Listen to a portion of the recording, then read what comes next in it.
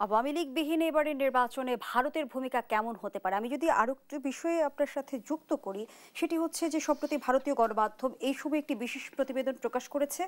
পূর্বের হাওয়া পর্ব ৩, ইসলামী জোট গড়ে জয়ী হতে পারবে জামায়াত, এই শিরোনামে, যেখানে মার্কিন কনসুলেটের এক কূটনীতিকের তরফে তারা জানায় যুক্তরাষ্ট্র চায় বাংলাদেশে শাসন ক্ষমতায় আসুক জামায়াত। এই বিষয়টিকে কিভাবে দেখছেন?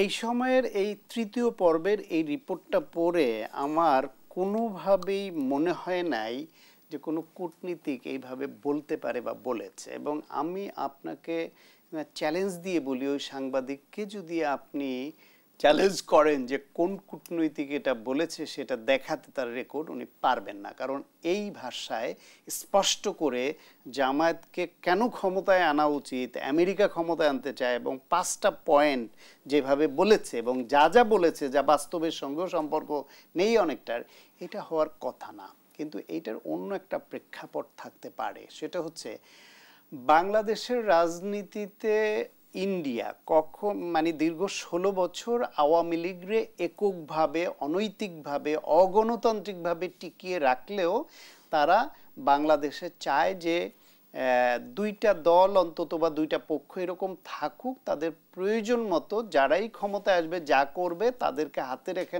যেন তাদের স্বার্থ উদ্ধার করে নিতে পারে। সেই বিবেচনায় তারা যে কোনো উপায়ে আওয়ামী লীগকে আবার ব্যাক করাবে। এটা বাস্তবতা এরা মেনে নিয়েছে যে এইবার নির্বাচনে আওয়ামী লীগ অংশ নিতে পারছে না, এবং আওয়ামী লীগ অংশ নেওয়ার মতো কোনো সিদ্ধান্ত যদি এই সরকার নিতে বাধ্য হয় বা নেয়ও, জনগণ এই সরকারকে সহ পিটাবে, শুধু আওয়ামী লীগকে না। সুতরাং এটা পারবে না। কিন্তু পরবর্তীতে রাজনৈতিক দল হিসেবে আওয়ামী লীগ যাতে টিকে থাকে, কারণ আওয়ামী লীগকে রাজনৈতিক দল হিসেবে যদি আবার রিভাইভ করতে চায় ইন্ডিয়া, তাহলে বাংলাদেশে একটা উপলক্ষ তারা তৈরি করতে চাইতে পারে, যেটা 16 বছর ধরে একটা ভুল ন্যারেটিভ তৈরি করেছিল। জঙ্গিবাদের উত্থান ঠেকাতে হলে আওয়ামী লীগকে দরকার। জঙ্গিবাদ মানে সাধারণ ধর্মীয় দাড়ি টুপিওয়ালা হলো ও জঙ্গিবাদ, ওরে পিটাও, এবং পিটাইয়া সেই নিউজ আন্তর্জাতিকভাবে ফলাও করে প্রচার করা যে আওয়ামী লীগ বাংলাদেশে ইসলামী মৌলবাদী গোষ্ঠী জঙ্গিবাদ তাদেরকে দমন করছে।